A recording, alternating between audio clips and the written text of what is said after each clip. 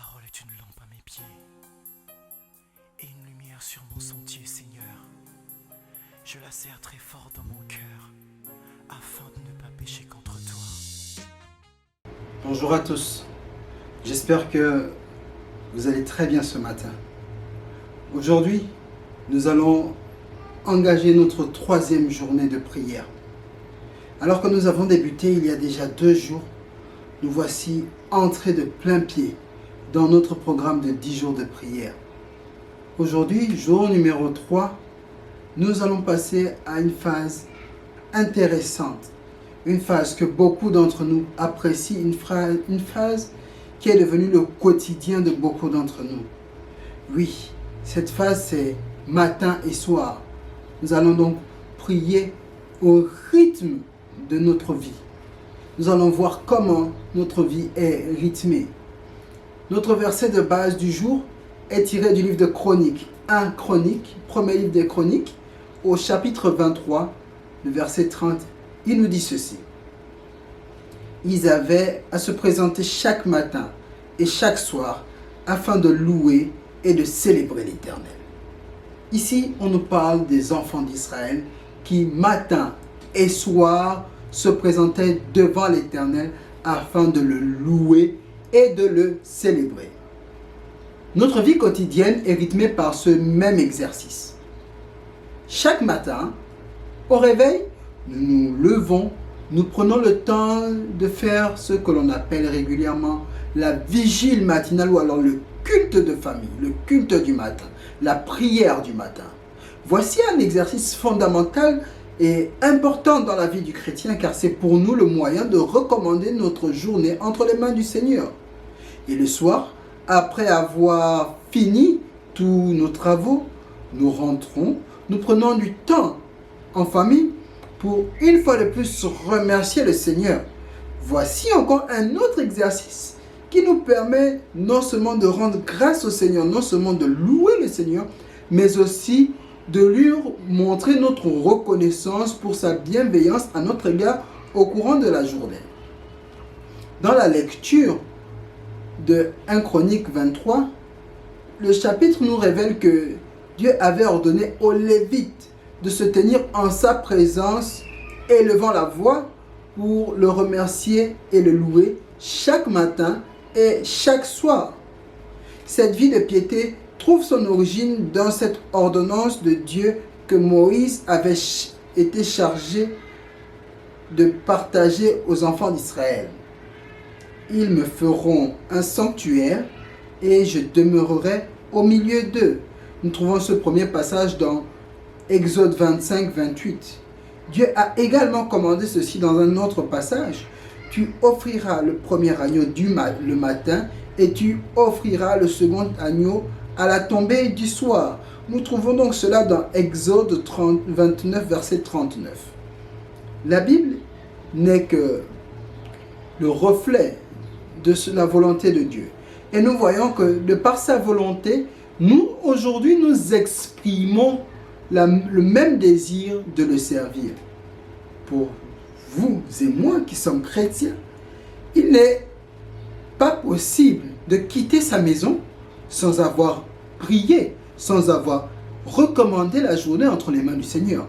Encore moins lorsque nous rentrons le soir, il n'est pas recommandé pour nous d'aller nous coucher sans avoir rendu grâce au Seigneur.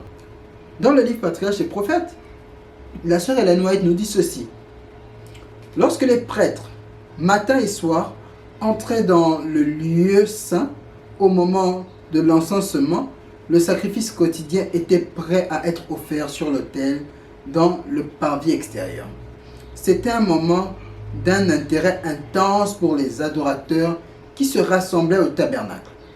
Avant d'entrer dans la présence de Dieu par l'intermédiaire du prêtre, ils devaient s'engager dans un sérieux examen du cœur et une confession des péchés.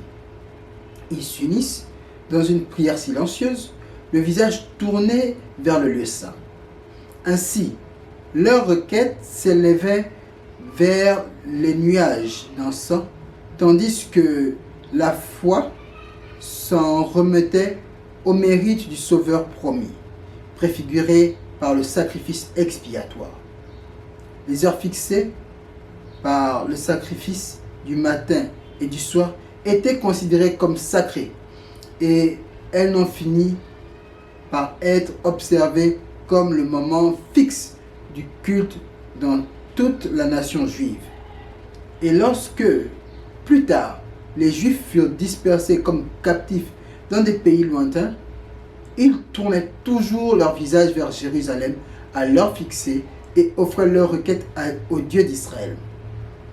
Dans cette coutume, les chrétiens ont un exemple pour la prière du matin et du soir. Alors que Dieu condamne une simple ronde de cérémonie sans l'esprit du culte, il regarde avec grand plaisir ceux qui aiment, s'inclinant matin et soir pour demander le pardon des péchés commis et présenter leurs requêtes pour les bénédictions nécessaires. Nous trouvons ce passage dans le livre de Patriarches et Prophètes à la page 326. Aujourd'hui, si notre vie de culte a perdu son rythme, il est temps pour nous de demander à Dieu de nous renouveler notre engagement dans le culte du soir. Si nous avons perdu l'habitude de rendre grâce à Dieu le matin à cause de nos multiples activités ou à cause de notre empressement à partir le matin, il est temps pour nous de revenir sur de saines bases. Oui, en effet, notre vie n'est pas tout simplement rythmée par des temps d'activité quotidienne, mais notre vie est également rythmée par des temps de qualité passés avec notre Dieu. La prière du matin en fait partie et celle du soir est encore plus importante car c'est le moment de rendre une action de grâce de qualité à notre Dieu. Très chers amis, je voudrais que vous et moi, nous puissions nous pencher sur cela, recommander nos vies entre les mains de Dieu, mais surtout réclamer les promesses de Dieu afin que par sa grâce et sa grâce seule, nous puissions marcher en conformité avec lui, selon le désir qu'il a de faire de nous des enfants de Dieu. Nous allons donc descendre sur nos genoux, nous allons nous incliner et nous allons prier une fois de plus ensemble.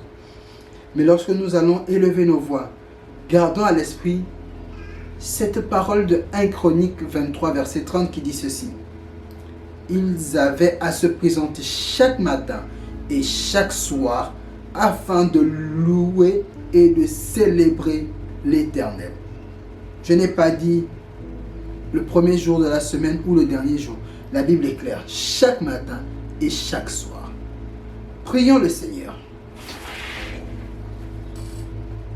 Seigneur Dieu Tout-Puissant, nous voulons commencer toutes choses avec toi. Oui Père, nous voulons en toutes choses commencer avec Jésus-Christ. Comme cette chanson avait l'habitude de dire lorsque nous étions plus jeunes.